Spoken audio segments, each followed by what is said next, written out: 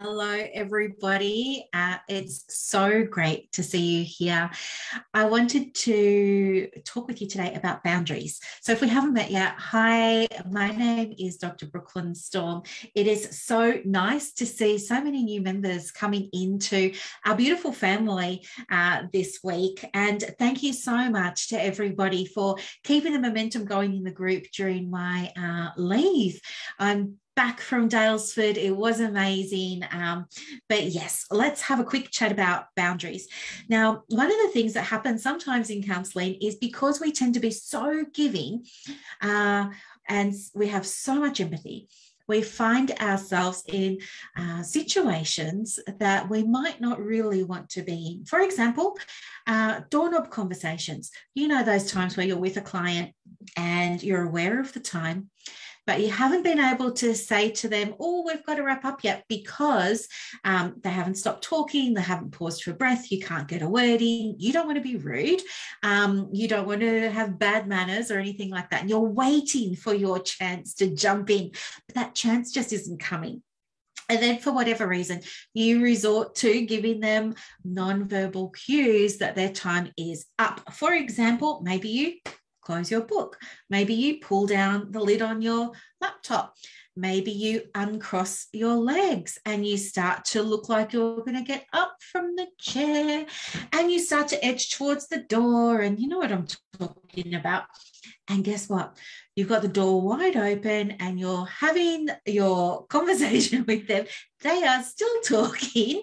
And you look outside the door and your next client is there and they're not looking very happy because now we're eating into their session.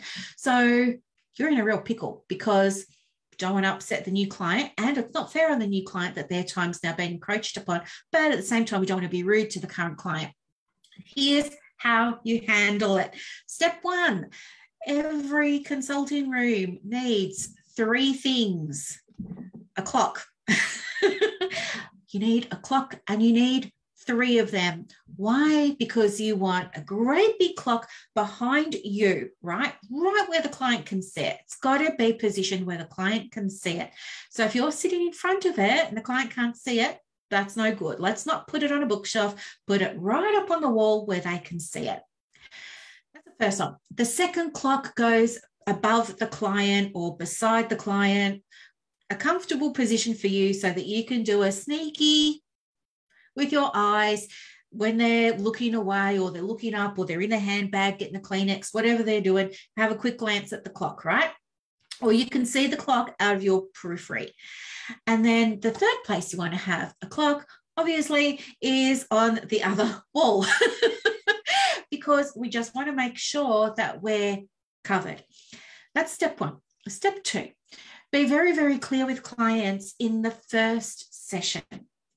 Set the expectations. Say to them, listen, I'm so pleased that you're here. And, I can't wait to dive in today and start our work together. But there's a little bit of housekeeping we just need to cover first. First off, your appointment today goes for this many minutes. And therefore, when we get to this many minutes, I'll let you know that it's time for us to start wrapping up, okay? Before the end of the session, I will support you in booking your next appointment, whatever your spiel is, all right? So for me, I do 50-minute appointments. So I'm going to say to my clients, hey, welcome, Jane, it's so lovely to see you today. Just a bit of housekeeping before we get started.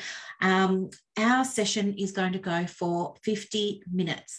Now, every session I run starts on the O clock. So your session will always start on the O clock, but we're going to finish at 10:02. And the reason for that is it's just going to give me time to write up a couple of notes and go and get a glass of water and freshen up before my next. So I hope you can understand. Yes, I understand, Brooklyn. That's all good with me. I say, great. Now, just to help us, because I'm sometimes known for going over time, I have got a little clock over here. So we'll just keep an eye on that. When it gets to 1:45, I'll just let you know, hey, we've got 5 minutes. And that's your cue to let me know if there's anything else that we need to unpack or uncover, and we can use that time also to make our plan for the next session. Sound good? Great. Okay, so that's what you do. And you'll say to them, look, I've got a clock here, I've got a clock here, I've got a clock here. So if I forget the time, help me out, remind me. Get them to be part of it if that's your personality and that fits for you. You don't have to say that, of course, but getting them aware right from the outset of what the time is really important. Now, if you're already in a bit of a pickle and you've already been working with a particular client for a while, and this particular client likes to, push your boundaries, and you've let them, which is why they keep doing it, you might need to put some other things in place. That could be have a conversation with them and say, listen, I know we've gone over time, in the past, but moving forward, we need to stick to this, okay? Because it's starting to whatever. You don't even have to justify it if you don't want to. And another technique that you can use is you can ask reception or a colleague in the next room or something like that, just to give you a knock on the door or give you a little bit of a bell on the phone. And you can say to your client, oh, we've got 5 minutes left or something like that. So the key is set up expectations really clearly right from the start. The other key is to honour your boundaries, because it only takes you to break a boundary once and you've set a precedent, and that client will think that they're special in terms of getting extra time or extra care or extra attention. Of course, we want that. Like, I love going and seeing my therapist. I would stay with my therapist all day if I could. I love therapy, but I have to be mindful of their time. And so by communicating it really clearly, that's how you do it. If you want, also, you can just put on the consent form, if you like, that the session times go for 50 minutes. And you can have a little sign at reception that says, please be on time.